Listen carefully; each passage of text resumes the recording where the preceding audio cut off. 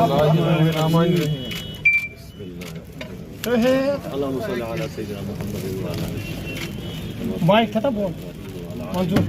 منظور mic اللهم بارك على محمد وعلى آله وبارك على إبراهيم وعلى آل إبراهيم إنك اللهم ورزقا طيبا ورزقا واسعا ورزقا حلالا ورزقا اللهم ارزقني علما اللهم ارزقني رعيبيات زدني رزقي يا رزاق اللهم زدني رزقي يا رزاق اللهم زدني رزقي يا رزاق ربنا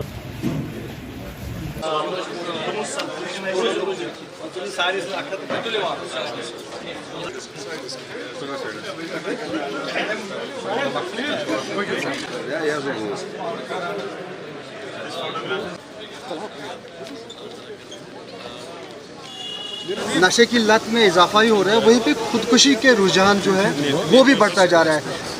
دینی اعتبار سے ہمیں کن باتوں کا خیال رکھنا چاہے تاکہ ہم ان چیزوں سے بچیں؟ سب سے پہلی بات تو یہ ہے کہ آپ دیکھ رہے ہیں کہ ہمارے معاشرے میں جو اس وقت بہت زیادہ اس کی کئی وجوہات ہیں، بلکہ اس ہفتے میں نے کچھ ایکسپرٹس کو بلایا بھی تھا جو یہاں پہ وادی میں جو ہمارے ڈرگ ڈی ایڈکشن سینٹرز چل رہے ہیں 4-5 ہیں وہ، تو سب سے ہم نے بیٹھ کے بات کی، انہوں نے کچھ مشورے دیے ہیں، کچھ انہوں نے آراء دی ہیں۔ انشاءاللہ ان قریب ہم متحدہ مجلس علماء کا ایک اجلاس بلا رہے ہیں، اماموں خطیبوں کو، مسجد کمیٹیز، محلہ کمیٹیز کو ہم ایکٹیویٹ کر رہے ہیں۔ سب سے بڑا مسئلہ اس میں اس وقت یہ ہے کہ جہاں تک کہ منشیات کا معاملہ ہے، اس سے ہمیں دیکھیں ہمیں بیمار کو بھی ایڈریس کرنا ہے اور بیماری کو بھی ایڈریس کرنا ہے۔ ہمیں بیماری سے نفرت کرنی ہے نہ کہ بیمار سے۔ تو یہ ایک بہت بڑا مسئلہ ہے کہ جو سوشل سٹگما ہے کہ بہت سے لوگ ڈرتے ہیں کہ اگر ان کا بچہ یا بچی انوالو ہو گیا ہے تو وہ آگے نہیں آ رہے ہیں، ان کا علاج نہیں کرا رہے ہیں۔ اس حوالے سے جو سوشل سٹگما کا مسئلہ ہے تو سب سے پہلے ہمیں اس کو ایڈریس کرنا ہے کہ یہ بیمار لوگ ہیں، ان کا ہمیں علاج کرنا ہے، اور اس کے ساتھ ساتھ جو اس میں انوالو ہیں بیچنے میں اور خریدنے میں، ان کے حوالے سے سخت ترین کارروائی ہونی چاہیے۔ تو انشاءاللہ اس میں ہم کوشش کر رہے ہیں۔ یہی وجوہات ہیں کہ ہم دیکھ رہے ہیں کہ چاہے گھریلو تنازعات ہیں یا اقتصادی معاملات ہیں یا سیاسی رجحانات ہیں، بہت سے کیونکہ کشمیر ایک کانفلکٹ زون رہا ہے پچھلے 30-40 سال سے، اس کے بھی اثرات ہیں۔ اب دیکھیے اگر ہم نوجوانوں کی بات کریں، دیکھیں آج کا جیسے اب دیکھیں کہ مجھے خوشی ہے کہ نوجوان کوشش کر رہے ہیں کہ اپنے پیروں پہ کھڑا ہوں، خود جو ہے وسائل پیدا کریں اپنے معاش کے لیے، اپنے رزق کے لیے۔ تو مجھے خوشی ہے کہ اس طرح کے انیشیٹوز لیے جا رہے ہیں کیونکہ حکومت کا حال تو آپ دیکھ ہی رہے ہیں۔ ان ایمپلائمنٹ دیکھیے کہاں پہنچ گئی ہے کشمیر میں۔ پچھلے 5 سال کی اگر ہم بات کریں تو شاید اگر اسٹیٹسٹکس میرے غلط نہیں ہیں تو ہندوستان میں تو 6-7% ان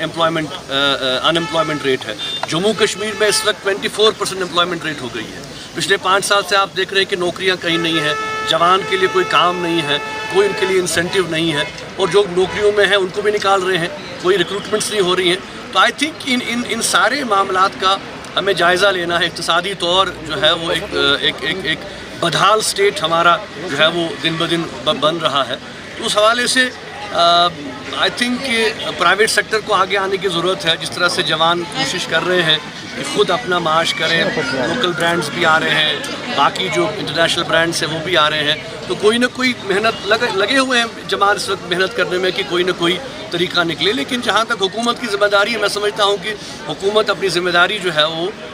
پورا کرنے میں بالکل ناکام ہو چکی ہے، اور یہاں پہ ہم دیکھیں کہ جو ان ایمپلائمنٹ کا جو مسئلہ ہے وہ بہت بڑا مسئلہ پیدا ہو گیا۔ حکومت کے حوالے سے اگر بات کریں، کوئی ایسا قدم جو چاہتے ہیں آپ اٹھائے سرکار تاکہ عوام جو ہے؟ سب سے پہلے تو مسئلہ یہ ہے کہ دیکھیں جہاں تک آپ نے یہ کہا کہ جیسے اگر ہم منشیات کی بات کریں تو اس میں بھی یہ ہمیں دیکھنا ہے کہ یہ جو سارا پچھلے جمعہ کو بھی جو میں نے بات کی تھی، اگر ہم کہہ رہے ہیں کہ 30,000-35,000 سرینج روز استعمال ہو رہے ہیں، ہمارے لاکھوں میں 15 لاکھ سے زیادہ لوگ اس میں انوالو ہو چکے ہیں پورے اسٹیٹ میں، تو یہ جو نیکسس ہے آنے کا، یہ ڈرگز کہاں سے آ رہے ہیں، کیسے یہ پھیل رہے ہیں، ان کے جو سارا سیٹ اپ ہے،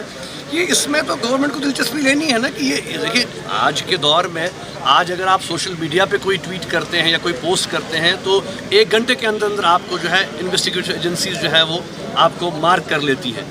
یہ جو سارا معاملہ ہے اس میں کیوں اتنا ڈیلے کیوں ہے؟ اس میں ٹھیک ہے، میں یہ نہیں کہہ رہا کہ حکومت کچھ نہیں کر رہی ہے، کچھ انیشیٹیوز لیے ہیں گورنمنٹ نے، پولیس نے، کہ جس میں کہ ڈرگ ایڈکٹس کے خلاف سخت سے سخت کارروائی کی گئی ہے، PSA بھی لگایا گیا ہے ان کو، لیکن میں سمجھتا ہوں کہ اس سے بھی زیادہ سخت کارروائی کرنے کی ضرورت ہے